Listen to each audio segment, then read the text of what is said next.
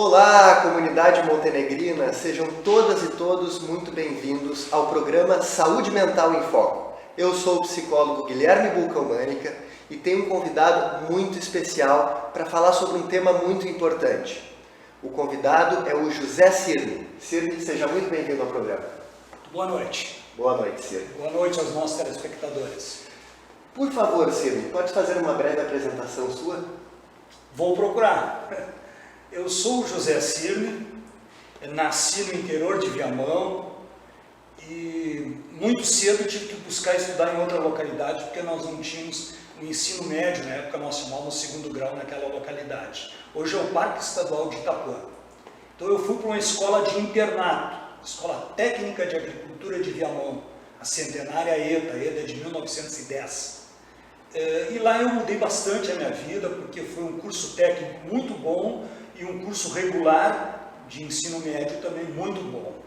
Saindo de lá eu fiz o vestibular, ingressei, fiz todo o concurso público, ingressei na Academia de Oficiais da Brigada Militar, onde permaneci por 30 anos nas atividades operacionais, atividade de ensino, atividade jurídica, especialmente nessas três áreas, com predomínio da área operacional. Iniciei a minha caminhada no município de Lajeado e no Vale do Taquari. Boa parte dela também estive aqui na área do Vale do Caí e Porto Alegre. Eu sou bacharel em Direito, eu faço parte da Escola de Pais do Brasil, que é uma escola que objetiva, e é voluntariado nela, objetiva que nós venhamos a trabalhar com as habilidades parentais, nessa sociedade tão desafiadora. A Escola de Pais do Brasil ela é de 1960. Quer dizer, é uma escola antiga, né? Faço parte também, numa atividade de capacitação, na Associação Brasileira de Estudos do Álcool e Outras Drogas, onde, assim, os maiores nomes da dependência química do Brasil, na área de prevenção e tratamento, especialmente psiquiatras e psicólogos, fazem parte dela. Ela é de 1978. E faço parte, com muito orgulho, do Comitê Intersetorial, né, de Prevenção e Combate à Violência Sexual contra Crianças e Adolescentes de Montenegro, que é um comitê que eu já estou há uns 8 anos, e tenho a satisfação de estar aqui com o coordenador do nosso comitê, que é o psicólogo Guilherme. Eu acho que seria mais ou menos isso, Guilherme. Eu trabalho hoje, assim, eu dei aula na Brigada Militar desde que ingressei, depois de aposentado, continuei dando aula no departamento de ensino, acho que estou me retirando este ano, e estou me dedicando muito aos meus voluntariados. Então eu faço um voluntariado em escolas e na comunidade, vários segmentos da comunidade, né? Praticamente de graça, toda a minha atividade. Às vezes nas semanas internas de prevenção de acidentes do trabalho, nas CIPATs, né, eu até recebo alguma coisa, mas não tenho objetivo de lucro, sempre até buscar minha capacitação. Quais são os tópicos que eu tenho trabalhado nas escolas, especialmente, que mais ou menos espelham na comunidade? A questão do álcool e outras drogas, uma visão de saúde pública, uma visão da prevenção.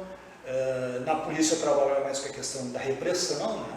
Embora nós tenhamos o PROERD, que objetiva também essa questão da prevenção. Tenho trabalhado fortemente nas escolas também com a questão de uma violência chamada bullying, e que com o advento das redes sociais, com a propagação das redes sociais, surge uma nova espécie de bullying, que é o cyberbullying, que é uma intimidação usando as ferramentas tecnológicas da internet. E tenho trabalhado também, porque isso também é mais novo, esses problemas decorrentes, a temática que nós vamos conversar hoje à noite, que é, sem demonizar as redes sociais e as telas, a internet de um modo geral e suas ferramentas, nós estamos, assim, a própria ABAD, a própria associação, nós estamos estudando aquilo que a ciência, tanto a neurociência como a psiquiatria, a psicologia, a pediatria e várias outras ciências estão nos apontando como problemas decorrentes de um uso excessivo ou de um uso até inadequado. Então, os problemas vão desde a área mental, a área de saúde mental, alguns bem graves, por sinal, inclusive nas áreas do indivíduo, nas relações dele sociais, na questão do físico, do corpo dele, que sofre alguns impactos desse uso inadequado ou excessivo. Muito bem. Gostaria de fazer um adendo que a comunidade montenegrina tem muita sorte de ter o Cirne atuante, que é um cidadão que se envolve nas causas e realmente faz a diferença nas ações da nossa comunidade. Então o tema de hoje é o uso excessivo de telas. Eu acho que a gente precisa, acho que é importante definir o conceito, né? O que seria, Cirne? Como se caracteriza um uso excessivo e inadequado de telas? E, para complementar a pergunta, que telas são essas? A pergunta é bem interessante.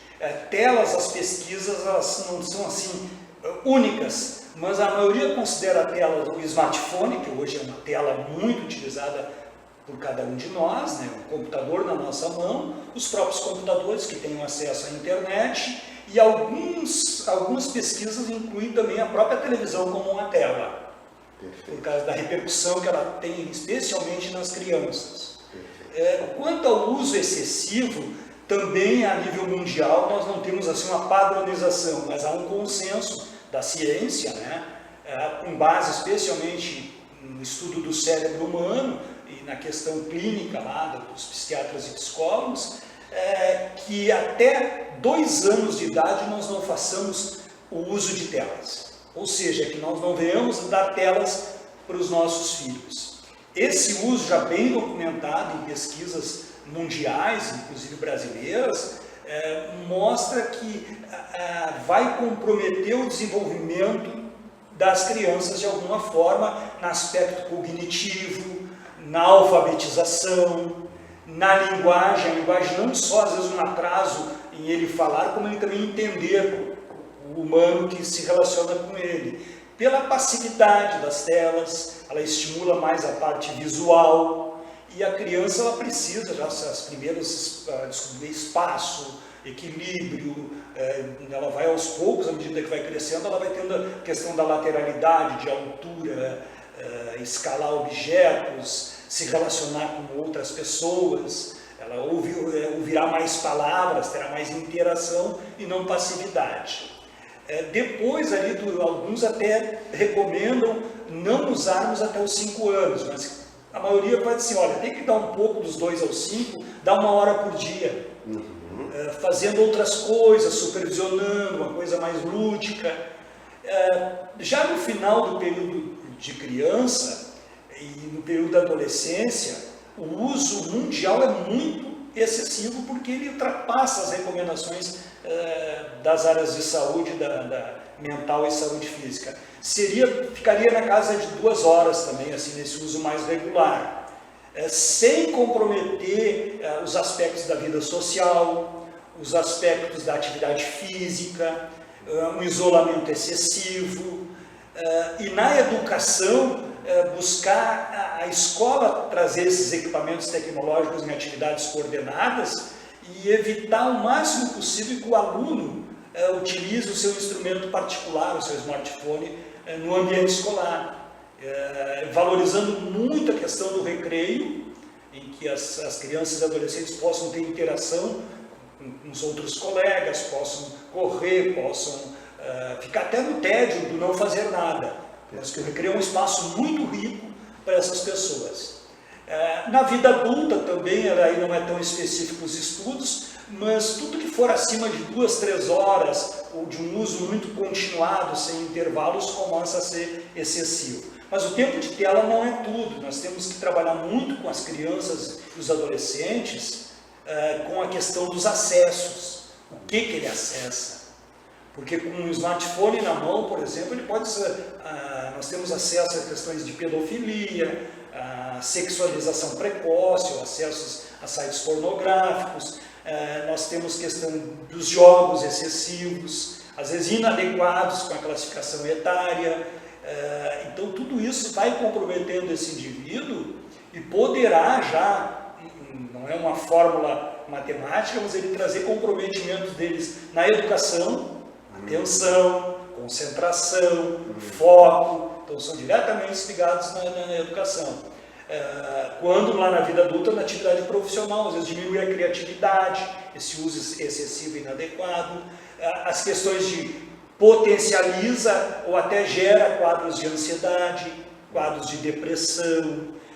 Nós temos hoje a chamada geração do quarto, que pode também apresentar quadros de automutilação e outros problemas graves, alguns documentados inclusive com ideação suicida e com próprio suicídio. Então é necessário nós trabalharmos com esse tempo médio diário não muito elástico, alternado com outras atividades e trabalharmos, na medida que esses jovens vão crescendo, supervisioná-los, orientá-los. O adolescente é um pouco mais difícil isso, mas saber que o próprio adolescente, dependendo dos acessos que ele faz, que deixam rastros, né? A internet tem capacidade de nós recuperarmos textos deletados, de fiscalizar acessos, monitorar acessos, até na área da investigação policial, ele começa às vezes a ter responsabilidade judicial criminal por que ele faz, mesmo sendo adolescente. Então nós temos que trabalhar com ele essa responsabilidade, porque o adolescente ele comete ato infracional, que é aquela conduta que para o adulto é crime, para ele é um ato infracional. Enquanto que para o adulto ele vai receber uma detenção, uma reclusão, dependendo do crime cometido, o adolescente que comete um ato infracional é medido a gravidade desse ato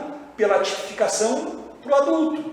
Então ele poderá ter uma medida socioeducativa que vai desde uma advertência, uma prestação de serviço à comunidade e até, nos casos mais graves, uma internação, que é uma reclusão. Nada mais é de um ambiente fechado, com grades, onde ele vai ficar interno. E veja que a extensão de uma sanção para adolescente pode chegar a 21 anos. 21 anos incompletos, porque é 3 anos a contar da data do fato, do ato cometido. E às vezes vai espelhar na família essa corresponsabilidade numa ação judicial dos danos morais, que nós temos tido muita questão do cyberbullying. Essa informação é importantíssima para adolescentes e família.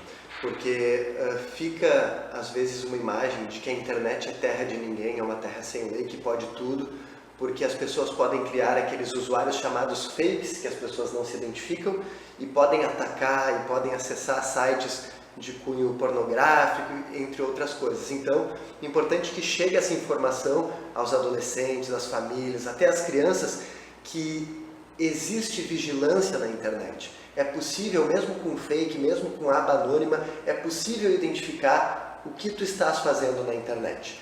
Sidney, começaste a falar sobre os impactos do uso excessivo de telas, os impactos emocionais e psicológicos. Sim. Deste uma pincelada sobre a saúde física, né? É muito interessante essa consideração. Isso, inclusive, vale para os adultos, mas o adolescente e a criança estão com o corpo, às vezes, num período de formação óssea, estrutural, né? E às vezes os impactos serão maiores. Nós temos desde um problema do agravamento na área da oftalmologia, na área da visão, que pode agravar quadros de miopia, o excesso da luz das telas, como também a questão do desenvolvimento de miopia. Já há estudos na Ásia, na Europa, que mostram, e no Brasil já tem também, na área da oftalmologia, evidências de uma maior procura desses profissionais. Então isso é um agravamento. Questão de audição, excesso de som, muitas vezes colocado precocemente no aparelho auricular, sem proteção adequada.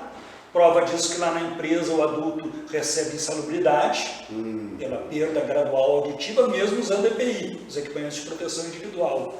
Um dos impactos também estrutural, de coluna, postural, né? Onde o corpo, dependendo da inclinação que ele atinge, a maior chega a pesar 27 quilos, essa estrutura acima do pescoço, numa posição inadequada. Enquanto que numa postura normal ele pesa até 5 quilogramas. Então o que eu recomendo para os alunos? Eles buscarem também a autocorreção, dizer o nome deles para eles, uma técnica que a gente usa, José, melhora a tua postura, porque eles estão muito curvados. E um dos maiores impactos imediatos é o sono. Nós temos que buscar, chama-se higiene do sono. E para as telas especificamente, tem para a alimentação, tem para os estimulantes como cafeína. Nós temos que buscar afastar as telas do horário de dormir no mínimo de 1 hora. Não consegue, vai afastando aos pouquinhos, porque essa luz do celular, e mais ainda os ambientes que ele vai acessar, são estimuladores. A luz, especialmente porque ela vai acabar confundindo o nosso cérebro, uma glândula que nós temos chamada pineal, que ela libera o hormônio do sono, sob as condições ambientais favoráveis, entre as quais a ausência de luz.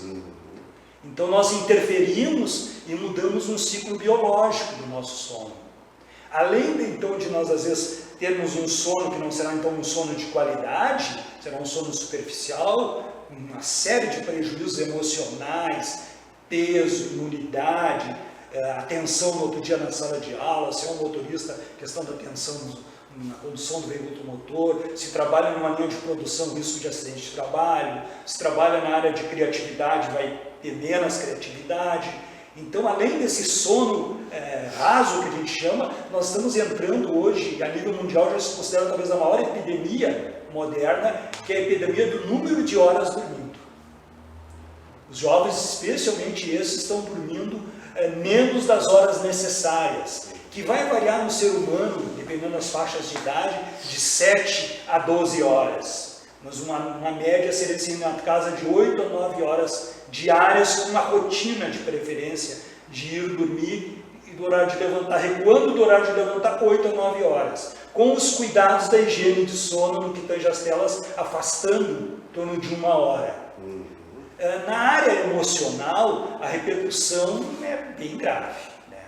Claro que isso é médio prazo, depende, às vezes, é muito individual, pelas comorbidades, as questões de cada um, mas o que tem agravado bastante é os quadros de ansiedade, quadros de depressão, de automutilação, então, desempenho escolar, decréscimo, né? E nós chegamos a níveis, às vezes, já de uma dependência tecnológica, um traço semelhante a uma dependência química.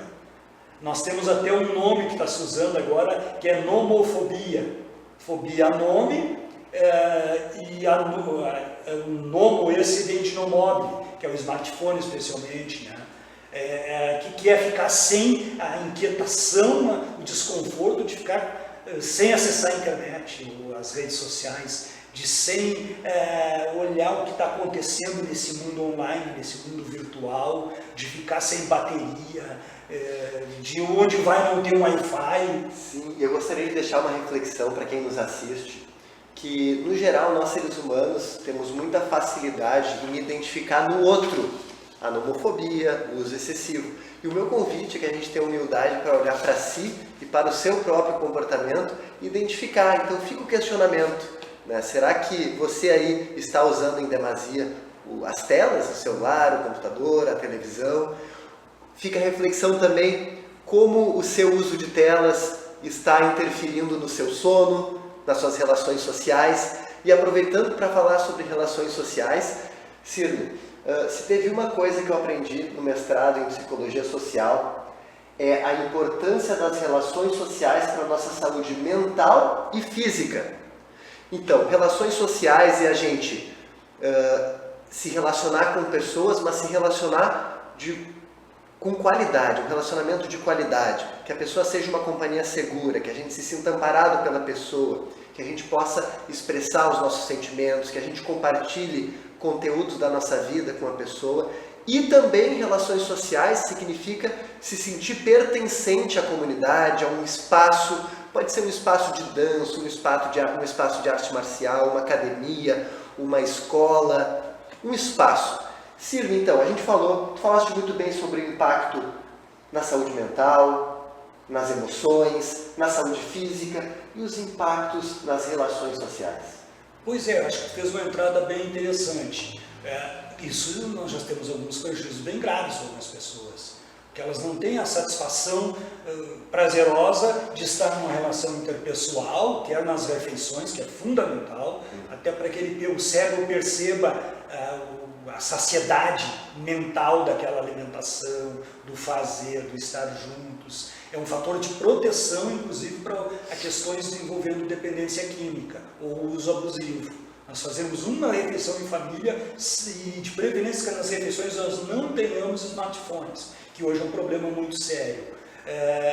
E nas relações sociais, esse isolamento é extremamente prejudicial. Nós somos seres relacionais, seres amplamente sociais, nós precisamos do calor humano, da presença do outro. Nós não falamos só pela voz, nós falamos pelo olhar, pelo gesto. E nas telas é uma relação mais fria. Se eu ofendo alguém, eu não tenho a noção exata de como essa pessoa reagiu, ou mesmo que eu não tivesse a intenção de ofender, mas que aquela frase, como é que ela caiu para essa pessoa? Presencialmente a gente nota, muitas vezes alguma mudança de semblante, a próxima demonstração facial, de um modo geral, comportamental, né? E que no virtual isso fica tudo muito frio, né? Nessas relações ficam muito passivas.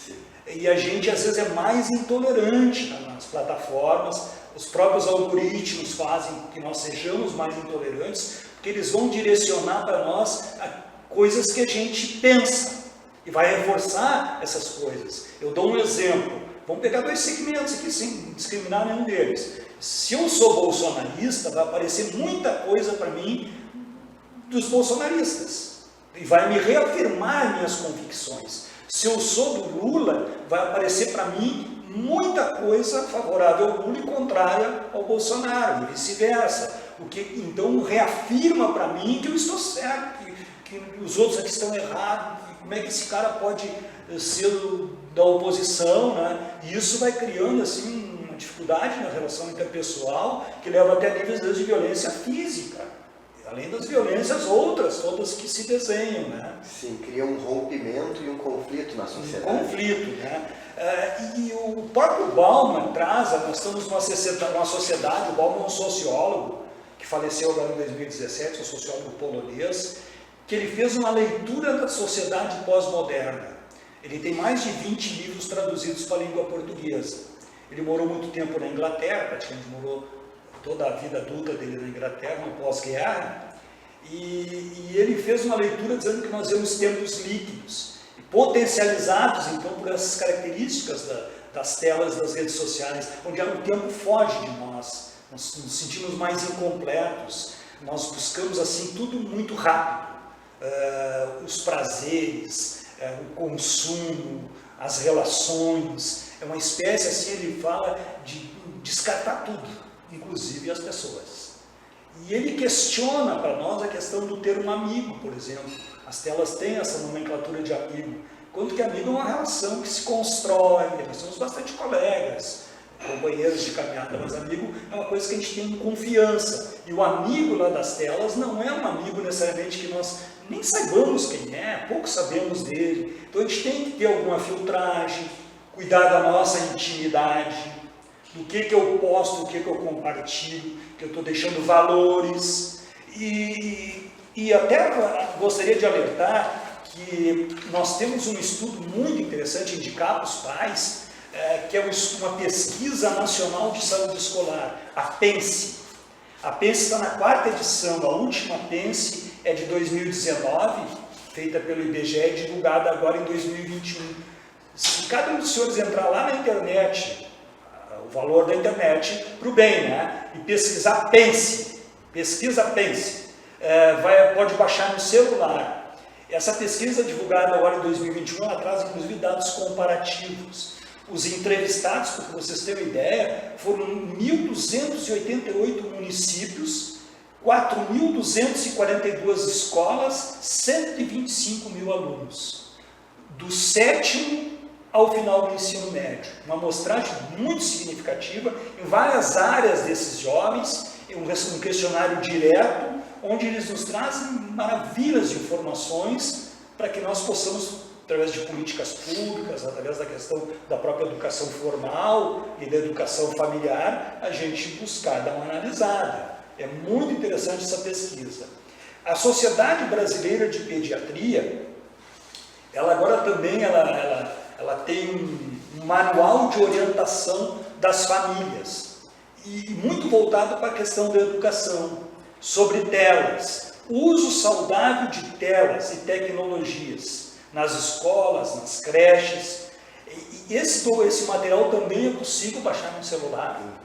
É um manual maravilhoso, eu tenho encaminhado para as pessoas que me solicitam, dá para mandar pelo WhatsApp, em que ele também nos traz aí da questão dos riscos desse uso excessivo e inadequado, em aspectos vários, entre os quais eu de maneira breve referi. vale a pena, né?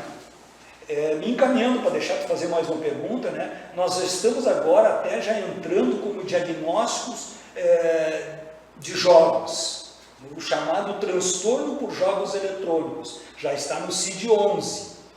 E olha o que seria um transtorno por jogos eletrônicos, que hoje tem bastante gente já numa espécie quase de vício virtual por esses jogos, né?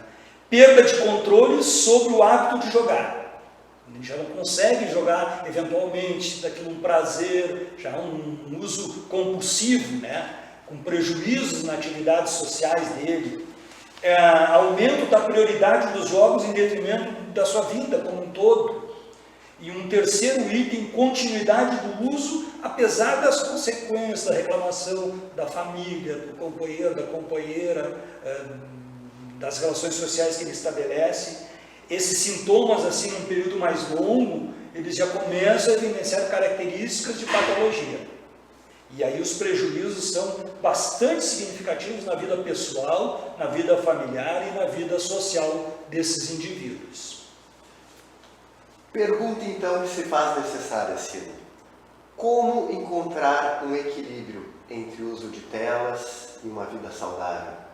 Esse vai ser o caminho que nós vamos ter que, cada um de nós, irmos nos organizando, né, no manuseio desses equipamentos, dessas ferramentas modernas que estão cada vez avançando mais e fazendo parte do nosso cotidiano. Nas escolas, o MEC já está seguindo, outros países inclusive já está adotando a retirada do uso individual. Isso deve ser em seguida uma norma federal do Ministério da Educação, exemplo de vários países da Europa. Na questão familiar, nós também vamos ter que começar a dominar as tecnologias, mas acompanhar, orientar, não estimular crianças pequenas. É o que nós chamamos hoje educação digital. Nós vamos ter que nos educar para essas ferramentas, porque elas têm inúmeros benefícios, mas elas trazem também, quando usadas em excesso de forma inadequada, prejuízos socioemocionais, físicos, e aí nós vamos ter que estar muito alerta. Muito bem. E para finalizar, nós temos ainda alguns minutos. A gente falou muito dos malefícios, das dificuldades que traz o uso excessivo de telas. E as pessoas que conseguem diminuir o uso de telas e ter uma vida mais focada em outras atividades, quais serão os benefícios que elas conseguem? Olha, os benefícios vão desde os aspectos físicos, né? Fundamental para que nós tenhamos uma saúde física e mental. Perfeito. As questões relacionais, da socialização que nós precisamos, as vitaminas que a natureza nos dá, entre as quais o sol, né? Exato.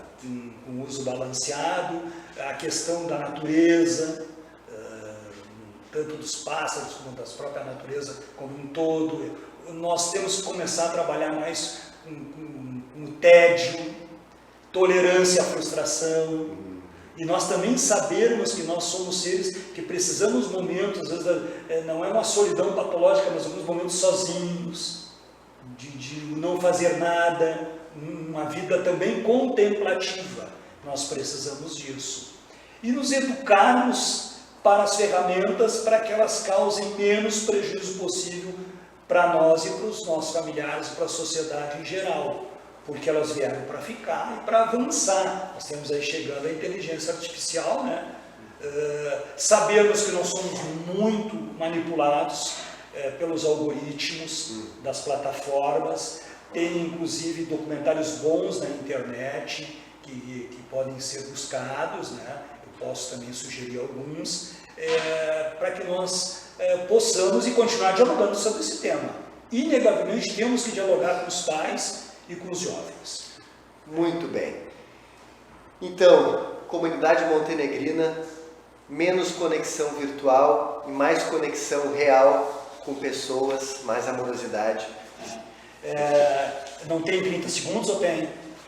Acho que sim. A Geração do Quarto é um livro maravilhoso. A Fábrica de Cretinos Digitais, Tela com Cautela, Crianças e Adolescentes no Mundo Digital, Cyberbullying e Bullying e Mídias Sociais, Como lidar com a dependência tecnológica. São 6 obras maravilhosas. Também, se pedirem aqui para a televisão ou para o teu programa, a gente pode repassar também essas ideias. Com certeza. Eu agradeço muito a presença. Muito obrigado pela Convite presença. e confiança. Maravilhoso. Sucesso no teu programa. E te traremos de volta numa nova oportunidade. Estou sempre à disposição. Muito obrigado. Sinto honrado e é um grande desafio. Muito obrigado. Esse foi o programa Saúde Mental em Foco. Muito obrigado pela sua atenção e até a próxima.